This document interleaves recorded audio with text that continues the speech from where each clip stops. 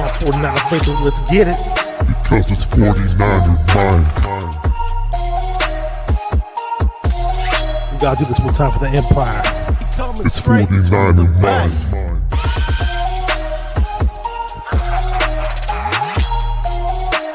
It's 49 in mine. We gotta get that brick by brick done quick. 49 in mine.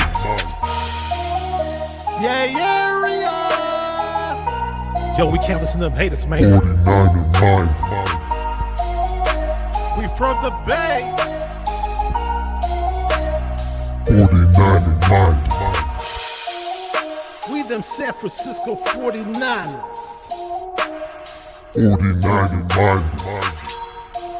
We got that red and gold blood inside us. 49 in mine.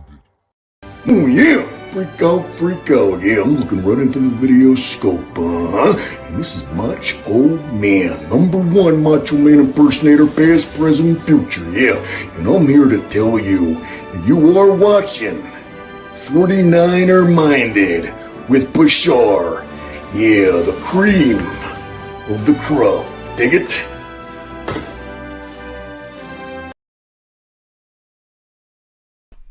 Ooh, yeah, brother. What's up, everybody? Welcome to an episode that I'm really excited about for 49er Minded, where we get into the minds of 49er fans. And today it's a 49er player. Back in 2000, 49ers drafted a linebacker out of Vanderbilt named Jamie Winborn. He was full of fire and energy, and I'm really hyped up to bring him on the show. Let's bring him on the show right now. What's up, Jamie? How you doing? What's up, baby? How you doing, man? Wonderful, man. Having an excellent day. Let me just say what's up to some people in the chat really quick. We got some buddies of mine and some faithful viewers, 49er faithful viewers. So we got Jay Mangold says, let's get it. We got Corey Davis says, hello, 49er Minded and Jamie Winborn. Big supporters of the channel. David Edmondson from Real Talk Niner Talk. Subscribe to their channel. They have an excellent 49er content on their channel, without a doubt. And who else we got here? 49er Chanel, new subscriber, says, what's up, faithful? And along the way, we'll be having, this is a very good friend of mine right here. Really close friend of mine. Fiston Balumbu, the cousin of Simba Webster. Great guy, man. Good friend of mine. Elias Lopez, what's up, dude? Yeah. And yeah, man. Okay, so this is how it's going to go. I'm going to try my best to answer questions from the chat, but keep in mind I have my own questions that are my priority. But if we get questions in the chat and if we have dead time and when we stumble and we don't have much to talk about, fine, we'll answer those questions. Let me say what's up to Joey Mahoney right here. What's up, dog? He says, what's up, Bash? What's up, Mr. Winborn? Hey. And David Edmondson. David Edmondson from Real Talk Niner Talk says, what's up, Jay? David Edmondson's awesome, man. I want to have him on my show in the future. He's really good, man. Yeah, man. So I'm really, really excited to have you on, man. And let's get started, man. Let's dip into this. What got you into football? At what age did you start watching football or start getting into football? I mean, man, my mom, like I said, my mom put me in football, man. Just trying to put me in something to keep me out of trouble. Everybody, where I'm from, there's not much going on, and kids tend to get into stuff and get into trouble and getting in the wrong things. And she just wanted to do something to keep me occupied. And I played baseball, played every other sport. But football was just something that, I just took a liking to. At 4 years old, actually, I was playing flag football. And then 5 years old, I was able to get pads or what have you. But, yeah, my mom put me in football, man, and at 5 years old. So was it one of those things where you didn't really want to do it? She kind of pushed you, but you were like, okay, let's do this.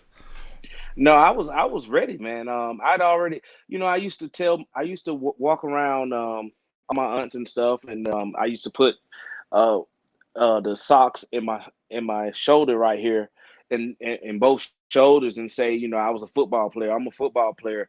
I didn't really know what the hell, I didn't even really know that you could get paid for playing football or the NFL and all that stuff. I just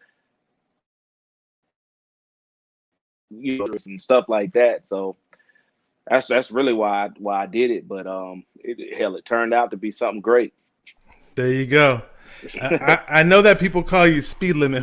How'd you get that name? How'd you get the name Speed Limit? Or from who? Who gave it to you? Man, and you know what? The first person to call me speed limit, I think, was Zach Bronson, um, number 31 that played with us, man. And everybody was just like, man, yeah, speed limit, because my number was 55, and they all thought, they was like, man, this dude is fast. This dude can, he's quick. He's moving, and I was like, yeah, you know what, speed limit ain't bad. I like that name, speed limit, and it just stuck with me, and so that's people still some people still call me that to this day, man. So There it was a stuck with famous me. rock song in the '80s called "I Can't Drive 55" by Sammy Hagar, who went on to be the singer for Van Halen. So when he said 55, that stuck in my head. um, so, so, so which Yes, sir. players did That's you grow up it. watching, or saying, "Hey, I want to be like this guy," or "I love watching this guy" in general? You know what, man? It's crazy because I didn't really watch football growing up. We didn't have cable, and we don't have a team in Wetumpka, Alabama. In Alabama, all you have is Alabama and Auburn. So everybody wanted to be, like one of the players at Alabama or Auburn. For the most part, I didn't really have a pro player that I just thought was awesome. I mean, of course, I heard Bo Jackson and stuff like that. I heard the names and stuff, but I really wasn't able to see these guys actually play. And I just wanted, I don't know, I just wanted to be a football player, man. You know, I think that's what God wanted me to do. And like I said, out, but I didn't really have a specific guy that I like. I mean, of course, Barry Sanders and stuff like that. Everybody, you would hear, I would hear everything about them, but I wasn't seeing these guys play, which was kind of crazy. But I didn't go to my first pro game until I was actually. I didn't go to my first game until I was in the pros. Yeah, there you go. You didn't have a local team, so of course you couldn't really go to watch a local NFL team play. I get Yeah. what you're saying. Yeah. So when you're playing in the high school though, was there a time when Mhm. where you thought to yourself, "Hey, I could probably play college ball," or were you going up against any big names in high school as a measuring stick to you to give you that idea, like, "Hey, I can do this," you know? Yeah, well, yeah. I mean, yeah, there was several, guys like Fred Weary, Deuce McAllister, but those were guys that we played in the Mississippi Alabama All Star game. But all throughout high school, I was dominating in high school. When I got to Alabama, I was dominating guys. But to be honest with you, man, I wasn't thinking about football at all. Nobody I knew, I didn't know of any pro football player. I have not met anything. That was just so far fetched, like fairyland type stuff. You know, um, but I had my coaches that were in my corner so much, and my plan was to be a Marine. I was planning on being a Marine. I talked to the coordinators, all that. I was going to the Marine. Even when I scholarship offers in football, it was my head coach John Mataloni who sat me down and was like, "Look, I know you want to go to the military, but I really think you got a chance, at playing in football." And I was just like, you know, a chance. Well, there's no chance with military, but chance with football. So I was like, you know what? I don't know, coach. I just trusted him. He was like a real good father figure for me. You know what I mean? And I trusted him what he said. And I said, okay, coach, man, I don't know if you're right, but I'm gonna go with you. And I decided not to go to the Marines and to play football. So in high school, were you a linebacker, or did they have you play on offense at all? Oh yeah, I played offense my entire life. That's what I actually thought I would have been doing. But when I got to, I was in Texas until the middle of my 11th grade year. I moved to Alabama, and when I came, I was playing running back and safety and linebacker. So when I got to Alabama, they had a running back um, named Greg Smith who, should have been all world running the ball. I think when I got there, the guy had already. I think I got there the eighth, ninth game, and the guy had like 39 touchdowns. Gotcha. You know So, what I so, mean? And so when you stepped into the world of college football, what was it like? How did it feel? Like, I was just shocked. When I got to Vanderbilt, there was a guy named Jamie Duncan there, Carlton Hall, and Anthony Jordan. All three went pro, and played pro ball. So when I got there, I was redshirted, and I had never not played in my entire career. So able to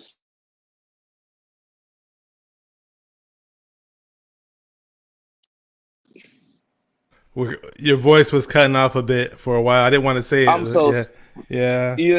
I'm so sorry. That's my mom. My mom was calling. I Oh, I call got like you. 100 times a I day, got you. and I did.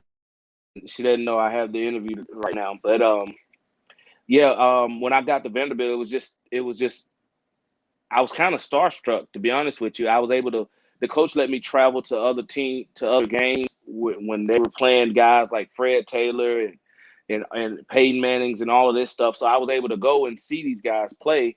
But college was fast. Much faster than high school, and much more challenging. But I excelled in it. But the truth is that it is a different level, and I realized that. And at first I was mad about being redshirted as a freshman, but it turned out to be something that gave me an opportunity to get my grades, to work on my schoolwork, and to learn how to become a college player. I got you. It gave me that time. Yeah. I'm gonna say what's up to a couple of people that just dropped in kind of late. We have where is he at? We have Pinor right here. He says it's 49er minded. He's always singing my theme song. That guy. Amin the Dream. Yeah. What's up, man? He says what's up, Jamie and Bashar. So subscribe to Amin the Dream's channel. 14-year-old on YouTuber talks about the 49ers and all kinds of stuff. Okay. We got this guy Velasa. I don't know who this guy is. Velasa Napster says ask Jamie about his dreams if his dreams were to play in the NFL. We kind of covered that, but we appreciate it. 49er Tone, really good friend of mine, fellow YouTuber. Known this guy since the days of Candlestick 2009. Says Jamie was a part of that underrated 2001 defense. There you go. I believe we had 3 shutouts that year. 2001 was so surprising. How was the locker room different when we went from Mooch to Dennis? Oh, you want to answer that right now? Oh man. It was crazy because I think when we went to Dennis, we had a lot of injuries and stuff. And they were kind of indecisive on what kind of defense we were running. I think that's the year we ran a 3-4 defense the entire training camp, and then at the end went to a 4-3. Mariucci, when Mariucci was there, it was just a different aura around it. We just knew we were going to win and stuff like that. And then when Dennis Erickson came in, they kind of changed up everything, and it was just everybody went back to ground zero, where everybody's trying to learn what we're trying to do again. So I think that was the main difference, is that Mariucci, we knew what we were learning. This is what we run, and this is it. Then Dennis Erickson came in, and then we had to change things up a little bit due to injuries and stuff like that. Yeah, they threw a curveball at you on that one, huh? That's just how it is, though. Especially, like, even in any workplace, sometimes they change things up, and you're not happy about what they got to do, but they're like, "Hey, this is what we're doing now, and we're paying you, so shut up and do it." that's how they are sometimes. Exactly. Okay, so let's go since we mentioned the Niners already. A guy somebody steps up to the podium and he's like, with the 47th pick of the NFL draft, the San Francisco 49ers select Jamie Winborn, linebacker out of Vanderbilt. What's going through your mind, man? Man, you know what? I was at my agent's house here in Atlanta. I think that my agent was Terry Bowler at the time. And I had my whole family there. Everybody was there. My mom wasn't able to be there at that time, but it was just surreal, man. I all my life, just dreaming about it and just thinking about it, and then all of a sudden you see your name go across there, and then I think it was Coach Richard Smith who called me and was like, "You ready to be a 49er?" And I was like, "Of course I'm ready to be a 49er," even though he had worked me out like crazy in the combine and stuff, and hit me with all these questions about covering Marshall Faulk and all of this good stuff. And I was like, I don't know about covering Marshall Faulk. I haven't I haven't played the guy. I don't know. I just know he's great. That's what I do know. And but that was the thing, man. And just just realizing that, man, I did it, um, that was the biggest thing, man, for me. Just saying, man, I did it. Everybody saw my name. Everybody knows that my name's there. It's not like today, where guys go out, guys on have social media and all that good stuff. But back then, it was just like, man, my phone just wouldn't stop ringing, and it was just a blessing, man, a blessing for my family and just for the Winborn name, because it made me feel like that stamped the Winborn name. We're known for something. One of us has done something here. Winborn name is something now. A star was born, and his name was Jamie Winborn. How about that? Okay, so we got some more questions here from my buddy David Edmondson right here from Real Talk Niner Talk. Says, whom would you say you pattern your game after? I had two guys, a little bit of Zach Thomas and a little bit of Derek Smith. That's who, guys around my, that were around my size and played the way that I played. The tenacity that Zach Thomas had and the athleticism that Derek Brooks played with. I think that combined to make the player that I was. And I was fortunate enough to be able to play with Derek Brooks in my 6th year at Tampa Bay Buccaneers, man. And I learned so much from that guy. Honestly, to be honest with you, I tell people, he's such a great player and a great guy off the field. And my locker is right beside him. I learned more playing behind Derek Brooks in 1 year than I had learned playing 4 years actually playing. If you can understand that. I mean, he taught me so much about the game and stuff like that. And and it's you rarely ever get a chance to be able to play, with a guy or behind a guy or learn from a guy that you idolized as you were trying to come in. And so yeah, Derek Brooks and Zach Thomas, that's who I kind of patterned my game after. Derek Brooks was an excellent player. I remember him at Florida State. I just thought he was a little undersized, but he looked like he got a little bigger in the NFL. I know you, past interviews, you were talking about how you were a bit undersized too. So I guess you took it like it's a similar type of player that you could learn from, obviously. Well, who else we have here? Jay Mangle has a question. Says, who was your favorite teammate? Favorite teammate or favorite memory from your playing days, he says. Oh, man, Julian. It would be Julian Peterson. That's my guy. I just got off the phone. I was just telling you, I just got off the phone with him. I talk to him all the time.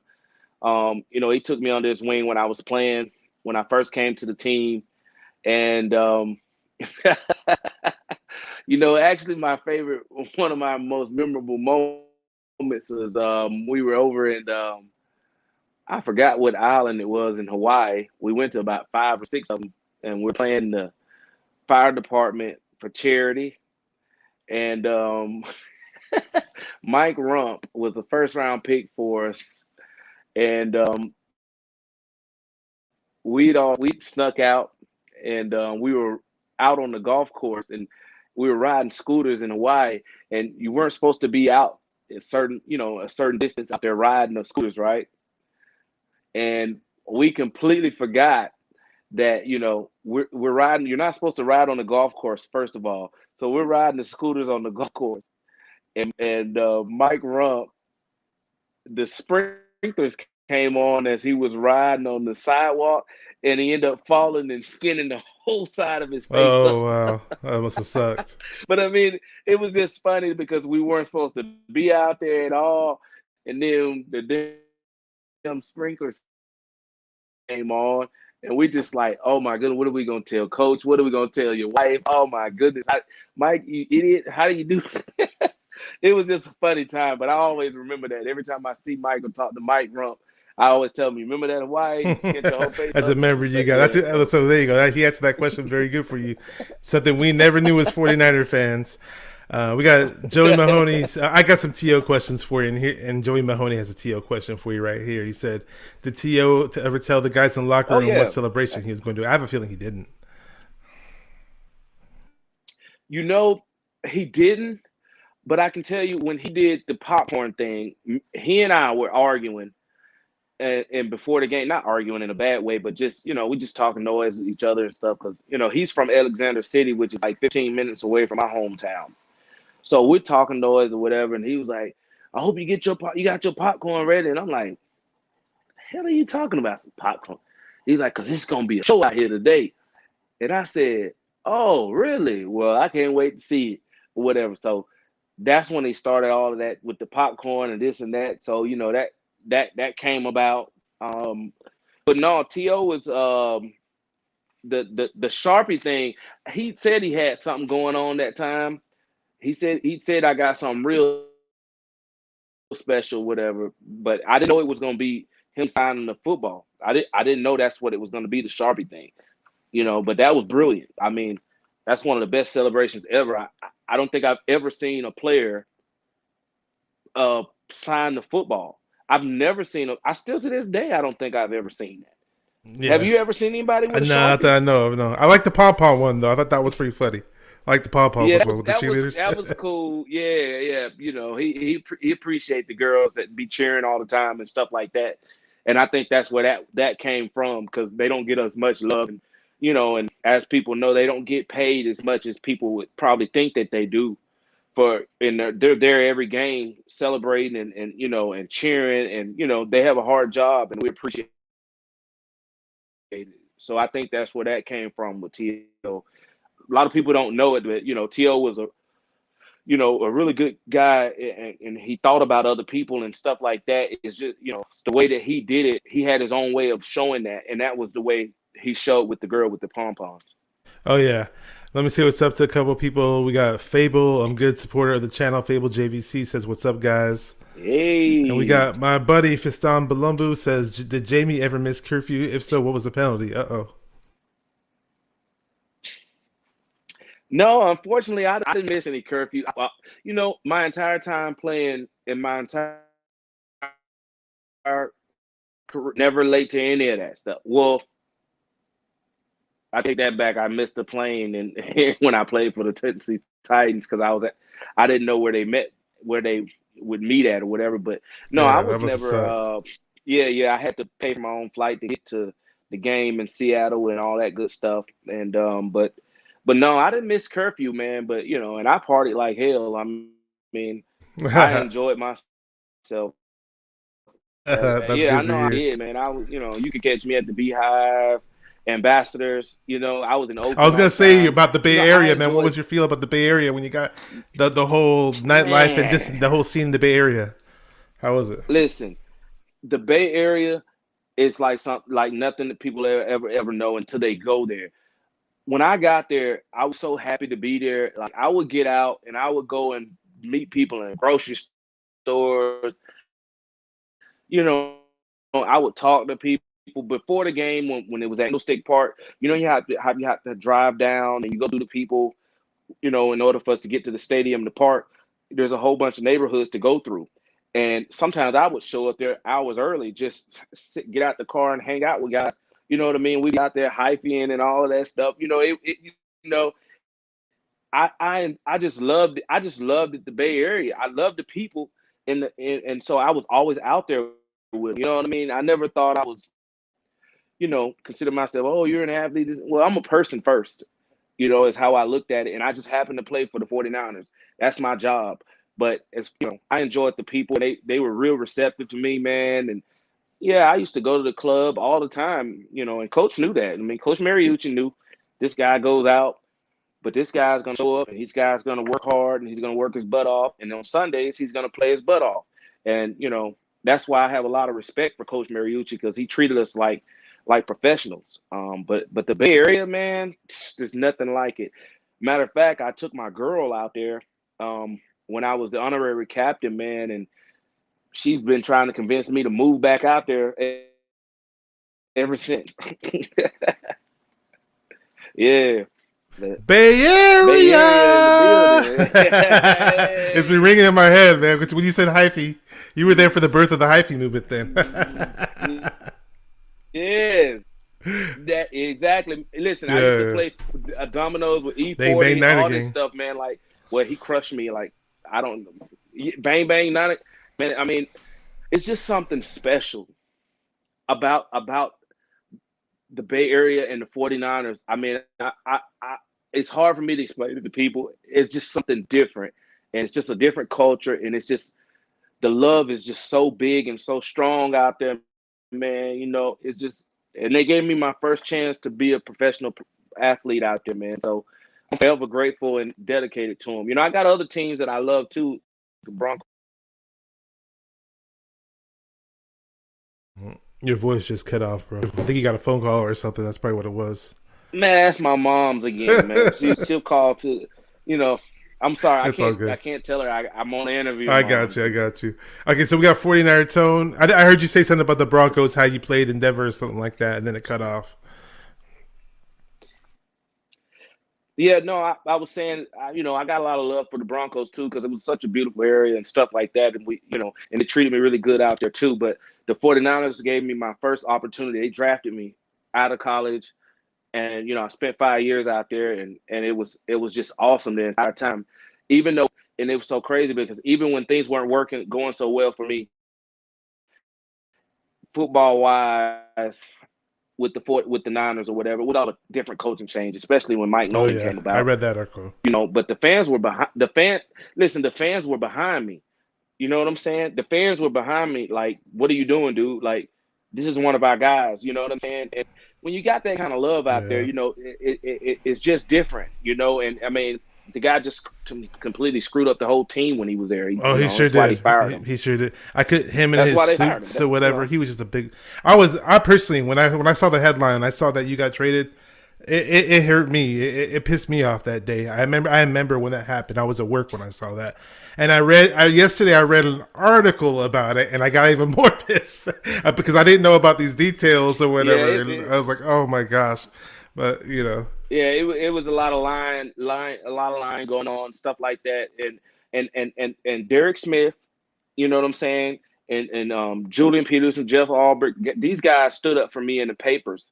And I'll never forget that. Like, I saw Derek Smith when I was out there for the honorary captain, and I'm, just hollering at them and stuff. I remember them, and I have the articles of them when they were in the paper saying, "No, I don't know what Mike Nolan's talking about. Jamie is one of our better players. Everybody loves him in the locker room. Everybody, when he just tried to turn my teammates against me, and they stood up for me in the paper." That meant something to me, that really meant something to me because just because you're a head coach doesn't mean you can put out all these false accusations about a player. And then my teammates came to battle for me and was like, no, wait a minute. I don't know what the heck he's talking about. We love this guy. This guy's not like what he's saying.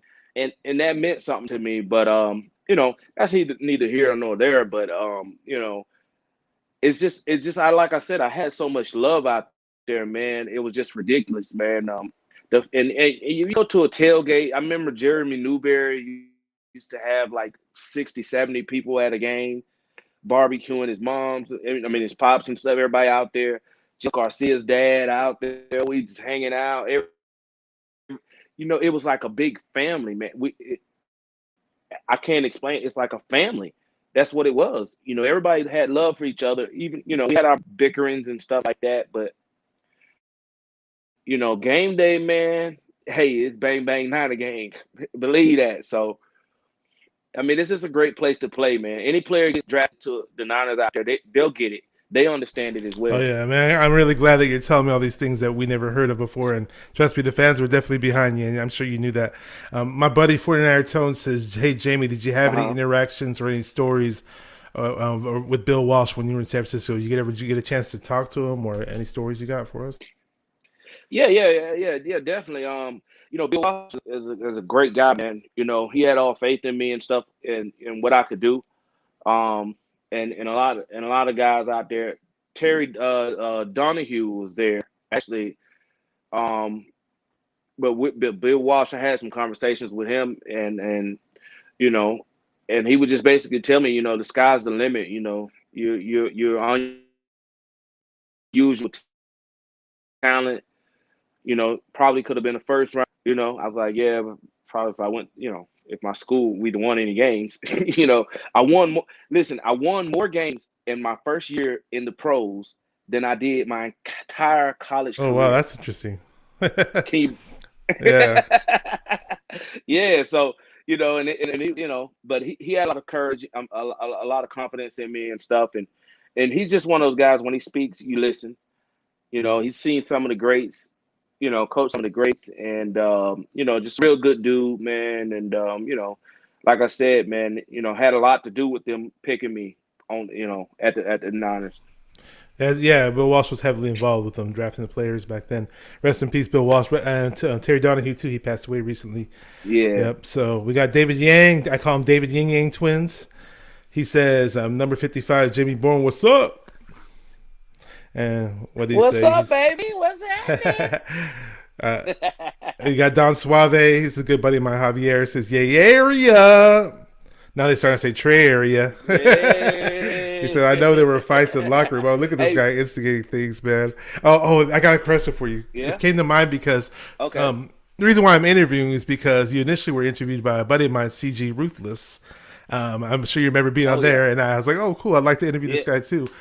And CG Ruthless recently interviewed Keith Lewis, and that was one of the funniest interviews I've seen with a football player. Was that guy the craziest player you ever played with? That guy was out there in that interview, man. Whoa. Hey, you know what? Keith was like that. Listen, the first time Keith came to the team, and when first padded practice or whatever, I think it was, he lit somebody up. I mean, when I say he lit somebody up and he was happy about it, and everybody was just like, "Great job," but not so great job. Well, you can't do that. We had to teach him how to practice and stuff, and it was just like me. I did the same thing. You have to teach guys because they want to show what they can do. But Keith was, he is a hard. He, we used to call him Lil Runny, because I mean that's how he played. He would just knock guys' blocks off. He was full speed all the time, and a hell of a player. And very, very smart out there. But Keith Lou, Keith was just one of them guys he's just a raw talent and a raw guy. What you see is what you get. It's Keith. He's gonna play. He's gonna play hard. He's funny as I don't know what off the field too. And that's my guy. I love Keith though, man. I love Keith Lewis. So when you first stepped on the field in the NFL training camps, and they talk about the speed of the game, was anything that wowed you about the speed of the game, or any player that you went up against that, like, whoa, welcome to the NFL, son? Like this is harder than I thought it would be. Any experiences like that?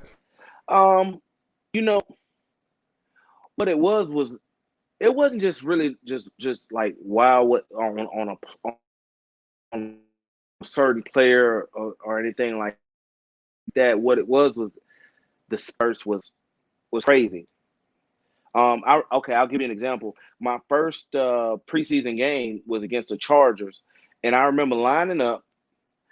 They hiked the ball. I ran in, and it was a second back screen. I thought it was a lead block. I went in, it wasn't a block. I ran back out, but when I spinned around and I turned back, everybody was running to the right of me. And by the time I got ready to run to the right, here's Derek Smith and Julian Peterson running back saying, "Come on, baby, next play, next play, next play." And I'm just like, what the hell is going on out here? I'm not, and it was just so fast. Bright-eyed by the lights, warm-ups. I was looking around like, man, I never played in a stadium look like this before. Look at this. I mean, it was just really a big deal. And but yeah, it was the speed of the game, and I think more so the concepts. Because when I came to the Niners, the truth is that I played middle linebacker in college, and I wasn't the biggest football IQ as far as understanding the concepts of what people are trying to do to attack me. Because first of all, I've always played in the middle linebacker. Now I'm on the outside, and they're using me for more of my athletic ability than they are for me what I played in college. And just trying to understand what they're trying to get me to do. Then they want me to play this. Certain plays I play safety. Certain plays I played. I had so much coming at me that I didn't have time to understand the the concepts of football in general. I'm not talking about just the defense or just the offense. How are they trying to attack us as a defense as a whole is what I didn't grasp until probably the end of my second, going into my third year is when I started understanding how teams are trying to play the players on defense. And that's something that takes time as a player sometimes. But luckily, I had Jeff Albrecht, who was a mastermind at all of that. Guys like that, and other guys that were trying to help me understand how they're trying to attack me, because I would just keep getting caught on jumping up on the ball and jumping up on the guy in front of me. They're trying to hit the dig behind me. I didn't understand all of that. Okay, expect them to run bootlegs on us because we're so fast. Yep. And which hash are you on? Because some teams like to run them on this. I wasn't able to grasp all that in the very beginning, but it began to come to me slowly. I got it. So let me say what's up to Mo's Nose. He's a fellow content creator. I had him on my show. Excellent interview. That guy really knows his football. He covers all the NFL teams, but he's a big Niner fan. What's up, baby? Repping in Philly. He went to the game against the Eagles. What's good? Yeah. He said, "What's good?" 55, number 55, Winborn. What's good, Mo's Nose? And he says, JW says, "What was?" He's a big dude, but he makes me look small, man. JW says, "What was your welcome to the NFL moment?" Here we go. You got one for us? You got a story for us? I forgot what team we were playing, and I think it was the Eagles, and I was, I'll never forget this. We were standing. I had been running to the ball, and I was standing around the pile, and I think it was Paul Runyon, the great offensive tackle, I think it was. Man, he jumped over the pile and hit me square in the chest, sent me flying about 5 yards in the air. And I was just laying on the ground like this, like what in the hell just happened? And I'll never forget it. Zach Bronson ran over there. Get your ass up. Don't let him see you like that. Don't let him see you like that. Who was yelled at you? Zach Bronson. Oh, Zach Bronson. He was good, man. Zach Bronson was good. Yeah, Zach. And I was like, what's wrong? I was like, man, Zach, I don't even know where the hell I'm at right now. Oh, man. That was a flattering experience, huh? Oh, my goodness. I was just like, these big guys. I mean, because he just ran and jumped over the pile and hit me. And, the offensive linemen are so fast. I think that's the biggest difference that from coming from college to the pros. In college, they're all right. I mean, even the good guys, they are all right. But when you get to the pros, it's like these offensive linemen, it's like they can move so much faster. And, like, how is that possible? Like, seriously, they're so much better and so much faster. I think for a linebacker, that's the first thing that any linebacker would probably think. They're so much faster than they were in college. That's one thing. Okay, that's a great question, Mose knows, because I didn't know that. I played offensive line, so it's very interesting. In high school, I played offensive line, but it's very interesting to hear that, without a doubt. So let's see, who are your best friends on the teams, or mentors / best friends that you play with? I know you mentioned Julian Peterson earlier, and Michael Rumph. Michael Rumph is a character as well. A really good guy. Yeah, Julian. Yeah. T.O., you know what I'm saying? T.O. was one. We had guys. I remember when Ron Stone played for us.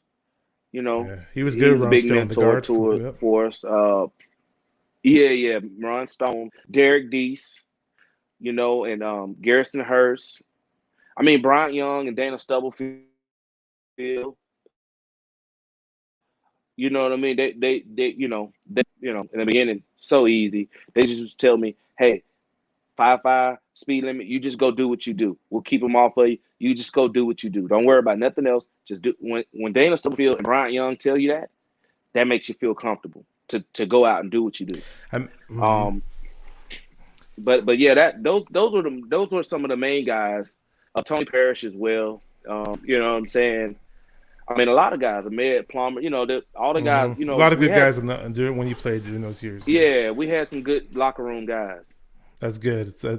That's always a good thing to have when you're playing football. Just good people in the locker room, without a doubt. Mm-hmm. This is going to be a better question for you. When you were playing, who got on your nerves? Okay. You can say teammates, opposing players. Who was it, man? Who got on my nerves? Um, let's see. Who got on my nerves the most? I would say Marshall Falk. He talked a lot. He did, Marshall Falk talked a lot out there on the field, but he was cool to me when, for timeout or something like that. But other than that, man, he talked a lot of noise. You can back it And up he would too. get on my nerves, and because he was good. Yeah, he was so good. Him and you know, and on the team, me and Kevin Barlow, that's like my brother, man. Me and Kevin would argue about everything it is to argue about.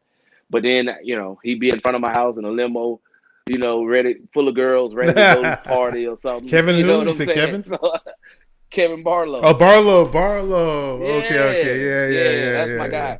But we would Yeah. argue all the time. At practice, we'd have to go Hmm. up against each other at times, and he's a tough match. Barlow's a big boy, and just trying to beat him and stuff like that. And then, we get into it in the locker room and whatever. But after that's over, you know, you know, have the entire time that I was playing in San Francisco, me and Kevin Barlow had a party after every game, every home game. So, we were cool, but we just always, we bickered like brothers. And I talked to him not too long ago too, man. We Oh talk yeah, that's quite what's up. often. That's what's up. Say what's up to him. Yes, sir. Yeah, you mentioned Mooch earlier, and for me, when I watch Mooch on TV, he just seems like the nicest dude. Like, man, I think it would be fun to play for this guy. Like, do you have any story in particular about Mooch or anything in general you want to say about Coach Mariucci? You know, you need coaches like Coach Mariucci because, and I say that in the addict to this, coach is not worried about what you're doing. Don't get in trouble off the field. Oh, let's get that understood. And that's just common sense, right? But what I loved about Coach was I felt like a pro because it's like this. You do what you want. I don't care what party you're going to off the field. Hey, live your life. Have fun. But when you come to practice, I expect you to go 100% and be in shape and be ready to roll. Can we do that? If you can do that, then we have a deal. I'm the coach for you, and you're the player for me. And that's why I love Coach Mariucci because that's the kind of guy that he was. He didn't get into all that other stuff, rah rah this, what it, even when stuff was going on with in the media and stuff like that, he didn't give a crap about that. He first thing he'd say when he come to the meeting room is, "Look, that's outside. Here's what we got to do. You're our guy. We need you. We like you. We love you. We're gonna win with you, and that's it." So when you have a guy like that, that gains the respect of players. You know what I'm saying? It really does. Because you just respect the guy. I don't know very many people that had a lot of bad things to say about Mariucci. Actually, I don't. I still don't. Because he was just a solid dude. You do your job, come to practice, practice hard, come to the game, be ready to play. Hey, we have a deal. There's nothing else left to talk about. And, So I mean, I was gonna say you played under Mariucci too when they had that comeback against the New York Giants in that playoff game, right? Do you have any thing you could tell us about that game? You experienced that game when you played? man, I In was that actually playoff game? hurt. I was actually Oh, hurt you that were. I was actually hurt. I was actually hurt that game. But I mean, like I said, man, it's about respect. You know, everybody wants to be respected. And that's the biggest thing as a professional athlete and a professional player, and his relationship with the coach that's coaching him and the head coach. How's our relationship? And you know how they talk about, oh, this guy's a bad locker room guy and this guy's a good locker room guy.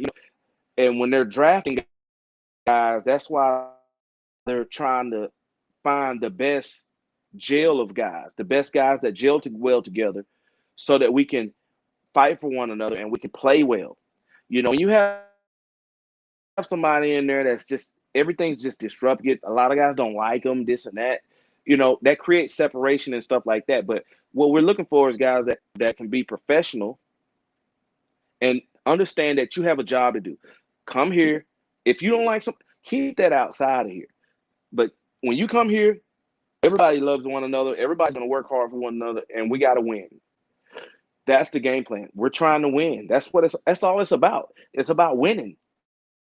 Who gives us the best chance to win? And that's the guys that we're rolling with. We need a winning attitude, a winning effort, and hopefully a winning performance. And that's how we get to wins. And if you can do that for us, then we love you. But if you're not that kind of guy, then this probably isn't the team for you. Great perspective on that one. Let me say what's up to a good buddy of mine, Rogue Republican, Steve, over in Texas. He says, bang, bang, Niner gang. Oh, it says bang, bang, Bashar gang. He threw my name into it. This guy's crazy, man. Yeah. I like that. Yeah. I like that one. And then he said fire Shanahan. He sucks. I don't know about that, but we're going to get into the current team pretty soon. No. I'm almost done with your questions about the playing days. I had a whole bunch of them. I'm pretty much the last one of your playing days, or just knowing the players. I'm not sure if you knew this guy, but he passed away recently. God rest his soul. Paris Harrelson. Did you ever get to know the guy? I think he came in right after you left, if I'm not mistaken. Yeah, no, I didn't know. I don't know. I didn't know him. Okay. That's all good. I heard about that though. Yeah, I'm sure you did. Very sure you heard about it. From what I heard, I knew a few people that even knew him personally, and I heard it's awesome, really nice dude. So it's very sad and unfortunate, without a doubt. Nobody expect. Oh, he read the Shanahan. Yeah, we're gonna talk about the team in a minute. But I throw little curveballs in my interviews, so this is that portion of the show. So I see you on Instagram, and I see you cooking up some dishes. And hang on, I think I might have to show the people here what I'm talking about in that regard. Give me a second. I'm gonna set up the screen sharing feature here really quick. Select the window. We got just a second. I want to make sure I do this right. Hang on. I'm surprised we found that. What's that? I said I'm surprised you found that, but yeah, I like to cook, man. That's what takes the pressure off of me, and when I'm not feeling so good or something like that, and I like to try to cook something, man. Do you guys see the pictures of the food on the screen right now, or it's not showing? No, it's not showing right now. Hang on. Let me try it again. Just a second. I'm gonna try it one more time. I don't know why it wasn't showing. Hang on, so I started getting into cooking about 3 or 4 years ago, and the only way I really learned was just from watching people cook on YouTube, and that was how I got into it. I'm not sure how you got started. Were you cooking your whole life, or it was something recent? I've been cooking my whole life, man. I grew up with nothing but a bunch of aunts, and I've been boiling hot dogs since I was about 5 or 6 years old, and just trying to figure out different stuff. And it's just I watch cooking shows all day long, and I just enjoy it, and it takes my mind off of everything in that in that regard. So that's really what I like about it. And you can create. It's no right or wrong way. You just try what you can. Try to do what you can do, and see if somebody will taste it for you. Hopefully they'll eat it for you, and they'll give you some feedback, and then you just go from that. It's no real way to mess it up necessarily, but when except for not trying, you got to try. And I mean, knowing how to cook is something that's awesome, man. It's good for your relationship, good for yourself. It's a survival tactic.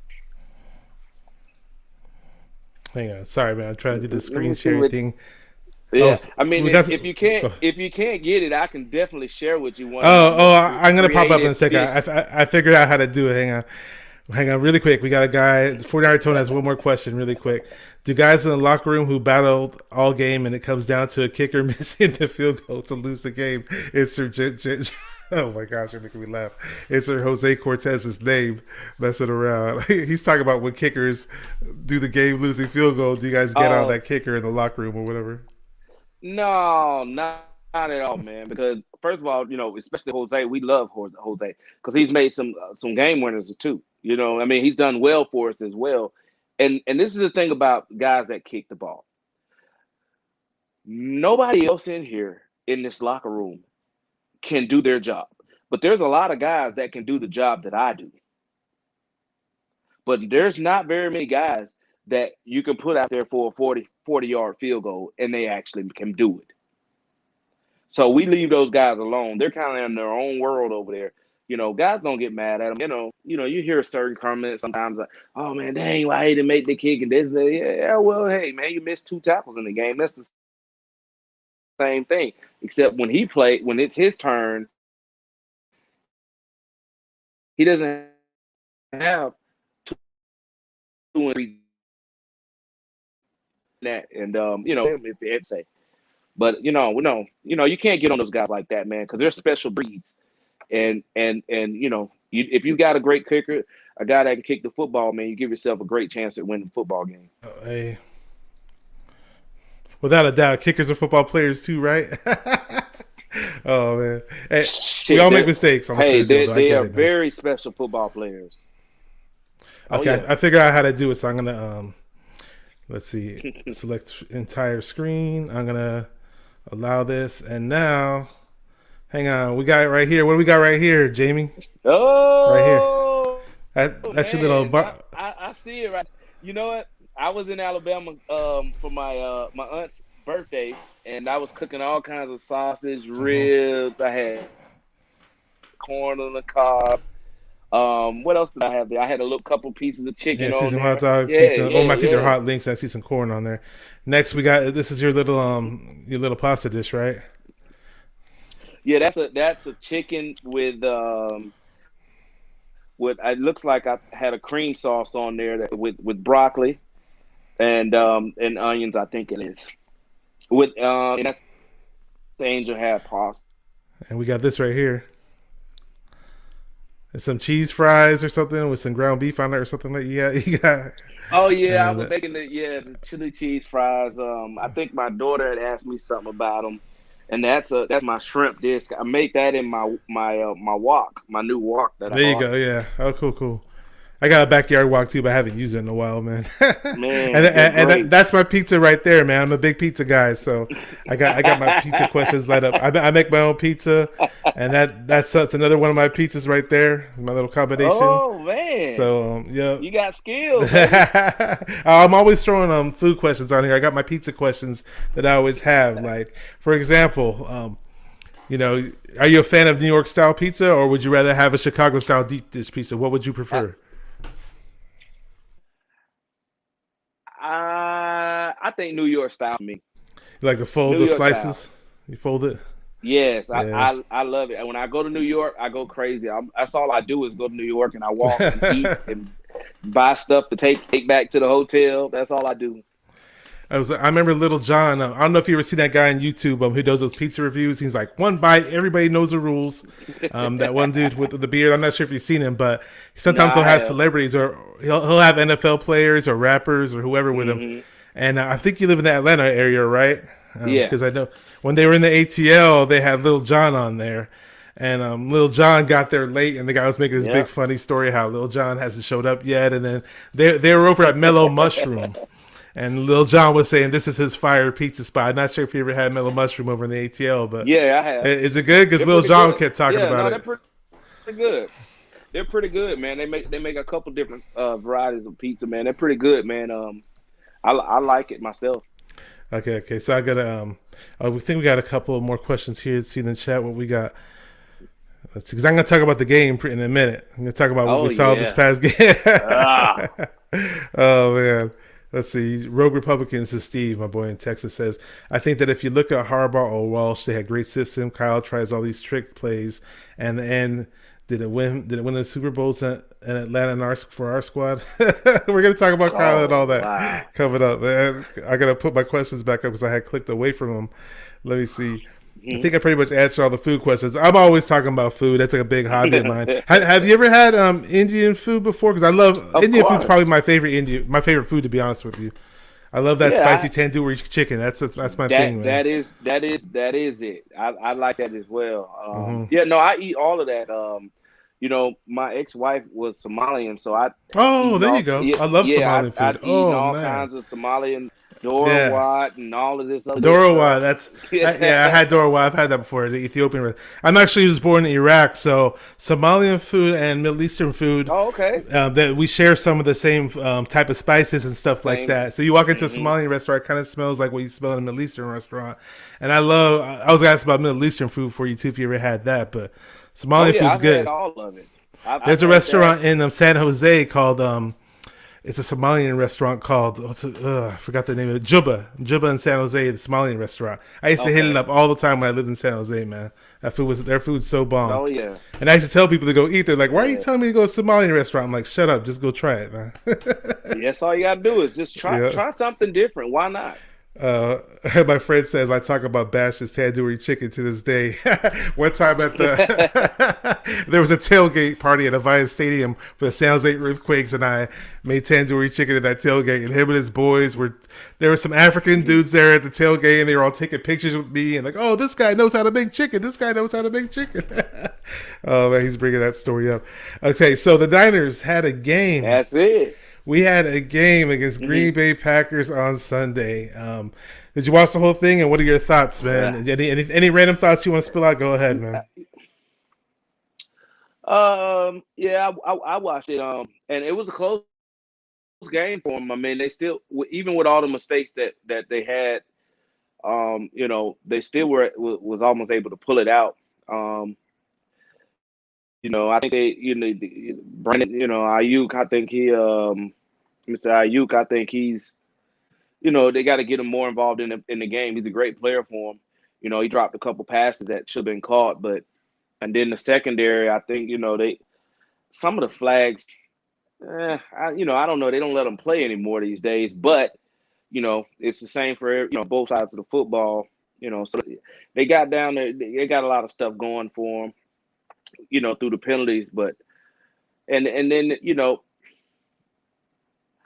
I mean, I thought they played a decent game, man. With the exception of some of the penalties and stuff like that.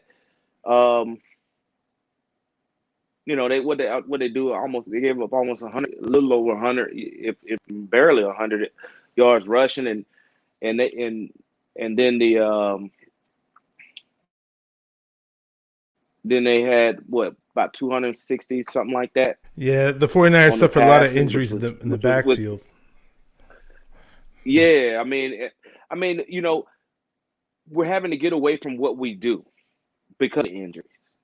And teams are able to capitalize on that a little bit. And that was, but we made some big good plays though, man. They did good. Had that the interceptions was good. The pressure. I didn't think we got as much pressure as we I would have liked to have had. Running quarterback. But overall, I mean, if I had to grade our performance overall, I give the offense a B, and I give the defense, I give them a B plus. That's I think we'll do better. Here coming up. I mean, they fought their way back. And made it a close game or whatever. But it's still it. I just think we could do better. I think we can do better. Yeah, I'll be honest. I feel bad because your voice has been cut. I wanted to hear your take on the game, and your voice was cutting Oh, you off a couldn't whole hear lot. me? I can hear part of it. and then your voice cut off a bit. I can hear you better Oh now. shit. I hear you better now, but I don't know if you see the bars on your phone changing or anything like Yeah. that. Oh no, I'm not Okay, you seeing sound anything okay on here. now. No, I thought, like I said, I thought we could have played better. You know what I mean? I definitely think we could have played better, but the penalties and all that stuff. I think that's how it got down a little bit on us. You know what I mean? I think they don't let them play the same as they used to in the backfield. In the secondary and stuff like that. I don't think we got as much pressure as we normally would get on the quarterback and stuff like that. But offensively, you know what I mean. I think we could have did it much better. It definitely wasn't a better game. Even though the game was close, it just wasn't. It wasn't a better game on offense or defense. It wasn't. the type of performance we want either way. And then I hear all these people talking about, oh, Jimmy's not this and Jimmy. No, I mean, hey, no, wait a minute. Jimmy's doing just fine right now. We don't necessarily need to. Everybody's like, oh, well, throw Trey in. Well, Trey needs to throw it. Well, no, that wouldn't have made that. If you took Trey out and you put, took Jimmy out and put Trey in, it still changed nothing from the defense. You see what I'm saying? So I don't know where they're getting that from. Let the young pups sit as long as we can. But yeah, I think defensively we wanted to play a lot better, and offensively also, we wanted to play a lot better on that side of the ball too. Like I said, we had some drop passes. Then over there, we let guys get, we let guys make catches and stuff that we normally don't do. But it's not like we have we're not going to give any excuses whether we have the starters or not out on defense. There's no excuses. We're not going to give that. So that ain't the way we do it at the Niners. If you're out there on the field, you got to play. So I mean, I thought like I said, I don't know if you heard me. I would give the offense a B. I don't know, maybe a B minus. And I give the defense a B. I don't think we, stop the run like we normally do. They end up having 100 yards. I think they had 100 yards if I'm not mistaken. I heard you. I heard you a lot better this time around. Yeah, I was just waiting for you to finish. Yeah, I think they had 100. Yeah, no, I think they had 100 yards. That's something we don't do all the time, but yeah, but.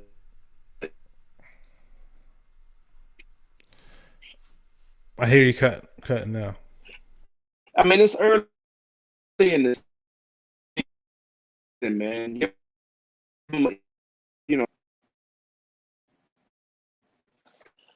Oh man, move closer to the. You were cutting a bit. I think you're back. Let me say what's up to CG Ruthless. Oh man, what's up, CG Ruthless Sports? He says, "Hey, Minded and Jamie, you definitely know who that guy is.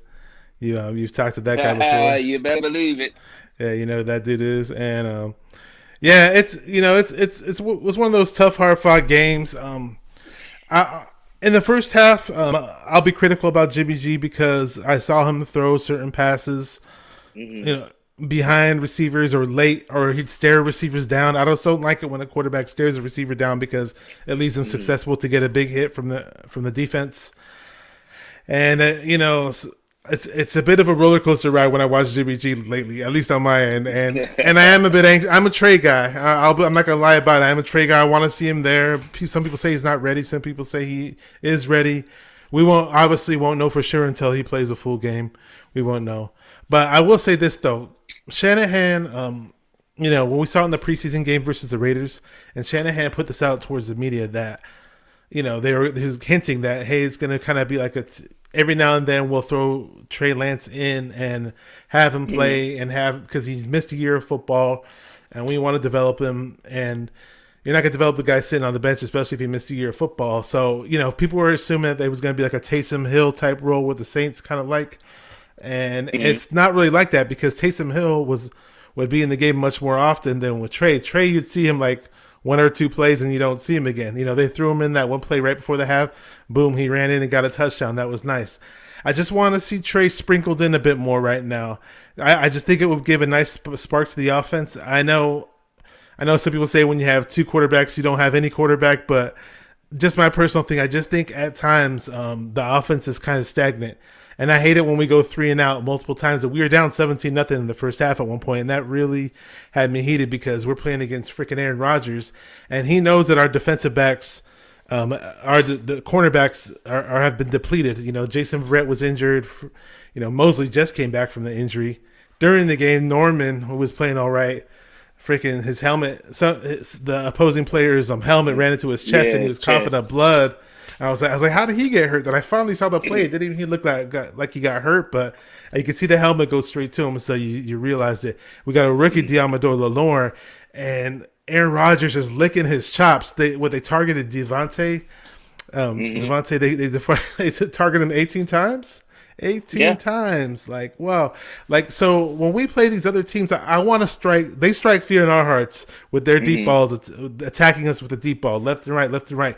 And that's just my whole thing. Like, if Jimmy's not going to throw the deep ball, you know, hey, we got somebody sitting back there that may attack the defense and has a hell of an arm that could strike some fear in the other team's heart. So I just, you know, but if for me, you know, go ahead. This is the thing. These are all, and what you're saying is true, absolutely true. But it's what you're saying is like the feelings that we have about football. Now, on the business side, Jimmy Garoppolo is making, if I'm not mistaken, he's making 30-something million. 27 million, almost there. Okay. We're not wasting our 27 million, is what the 49ers are saying, until he just happens to get hurt or something has to go on. But we're not letting you sit behind a Trey Lance when we're paying 27 million. First of all, you're going to have to go out there and throw hella, like they said, Cali, hella interceptions. You know what I'm saying? And just really tear it up out there for us to snatch him off. You see what I'm saying? And Jimmy doesn't work well with switching him in and out all the time. If you notice, Jimmy gets better as he gets the flow of the situation. He's not one of those quarterbacks that you can just take, okay, trade out series after series after series, you know, trade in series. You know, you can't do that with him. So, I mean, and that's what's going on. You know, the 49ers may know, hey, Trey, man, yeah, he may bring a spark and this and that, but, man, we just can't throw away. Oh, yeah, there's definitely a business side, too. I totally get what you're saying, man. I get that. Yeah, I mean, and that's the dilemma that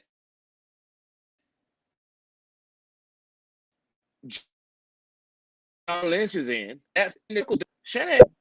You know, he has to deal with what you know, his job is to coach whoever y'all sign to this team. And right now, you got a guy you're paying $27 million who can manage the game for us. So we're gonna go with him as long as we can. You know. But I'll be honest with you. If Jimmy has a game where it's 2 interceptions, maybe 3, now you're going to see a Trey Lance, but then Trey Lance has to perform. Because if he doesn't, then Jimmy's going to be right back in there. Because what Jimmy is pretty good at doing is not losing a game. You know what I'm saying? So sometimes you can win with good defense and just not having a quarterback who can manage the game, just not lose it for us. Now, you throw that rookie out there like that, you know, you don't know what you're going to get right now. You know, we got a lot of talent in the game right now. And that's the mindset they're looking at. But, I mean, me personally, if you want to know my personal opinion, what I really would like, I like Jimmy too, and I like that Trey Lance. I like what he brings to the table. The offense looks different when he's out there. It's like they're moving at a different pace when he's out there. And me personally, I like to see Trey Lance play. But that's just my personal opinion. I understand. I'm not saying anything's wrong with Jimmy, you know, with Jimmy or anything like that. But I just personally like Trey Lance. I like it. Oh, yeah. You bring up a lot of good points. And for me, for the 49ers looking into the season, I was thinking 10-7. They still might be 10-7, but what worries me more so than the quarterback position or anything like that is the injuries, obviously, especially on defense. And I expected Bosa to have like a 4-sack game going up against a third-string guy, and he did get pressure from time to time, but nobody else did. And you know, he wasn't getting to Rodgers. Like I thought Rodgers was going to be on his back half of the game or something. And it's unfortunate because on that last drive when Devontae got one of those big passes to get them into field goal range, Samson Ebukam, number 56, the pass rusher we got from the Rams, went up the middle on a stunt and was held like crazy. He was thrown on his back literally. So the offensive lineman grabbed him and kind of threw him on the ground. That could have easily have been a flag if you go back and watch it. But I guess because Aaron Rodgers, and I guess because the referee doesn't want to make the call to quote unquote ruin the game or something. You know, hey man, that man's on State Farm commercials, man. There's politics in football as well. Believe it. And for the record, I hear you're really good right now. I don't know why, man. It's an excellent interview, but every now and then we have that connection issue. But it's all good, man. I'm so happy you're here. Let me say what's up to a couple of people who are late. Oh, don't even trip, man. We got SJ Sports Talk. He says, hi, Bashar. That's Shardal. Says, what's up, Bashar? What's up, Shardal? Subscribe to his channel. He's a big supporter of the 49ers, loves the Niners. Yeah, we're playing Seattle. I'm worried because Russell Wilson is a beast. And we're playing. We're not just playing any.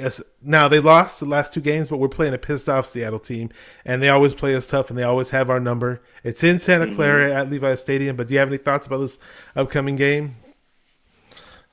I think that the rush on defense better get home. Because the passing attack that the Seattle Seahawks have, with Lockett and my man Metcalf and the other guys, Swain. Can you hear me? I do. I hear you. It was just cutting off a bit. It was okay. Cutting off.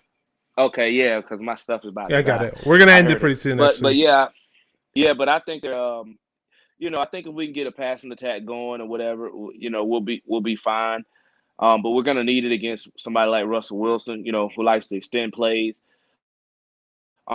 Offensively, we got to get guys to catch the ball. We got to get guys to get open, and we got to give Jimmy some time. They got a pretty good rush over there with Seattle, and the linebackers. We all know about Wagner and that group of guys, but they, hopefully we can put something together and run a little time off the clock and maybe hopefully get a little running game going and get a good call game going. Run game is very key to the offense. They definitely got to get that going. Hey, I just want to say it's been a pleasure having you on. I want to say what's up to the people in the chat. Thank you guys for watching. You guys were awesome. We pretty much answered most of your questions. We couldn't answer everybody's question, but I appreciate you guys coming on here. Any final thoughts before we wrap this up, Jamie? I'm so appreciative of you being on here, and I loved watching you as a player. It was just great having you as a 49er player and seeing you how much love you have for the 49ers after your playing days. As fans, we totally appreciate that, man. I like the shirt too, man. I appreciate you having me on, man. And, I just like to say thank you, man, for having me on. And thanks to all the Niner fans out there, man. Y'all, remain faithful. And,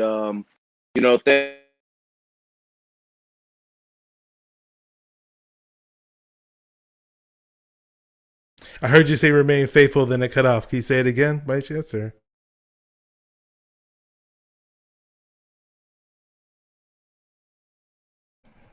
Okay, I can't hear you right now. Try saying it again. I didn't hear the last thing you said. Don't hear you. I don't know if you hear me. Hang on. Let's see what he's got, man. I might have to wrap it up then. I know. Are you trying to? I know what you're fixing. I go, hello? I don't hear you, no.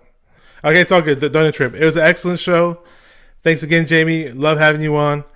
As 49er fans, we are disappointed after this last week's loss. But hey, we're gonna be playing Seattle. You play to fight another week, and just keep repping those 49ers and stay 49er minded. Let's do this. Thank you, Jamie. We loved you as a player. Thank you for having us on, man. We love you, man.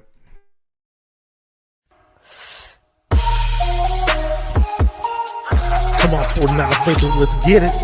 Because it's 49er mind. We gotta do this one time for the Empire. It's 49er mind.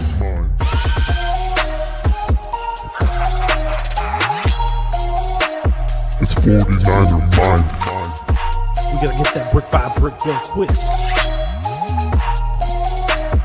49er mind. Yeah. Yo, we can't listen to them haters, man. 49er mind. We from the Bay. 49er minded. We them San Francisco 49ers. 49er minded. We got that red and gold blood inside us. 49er minded.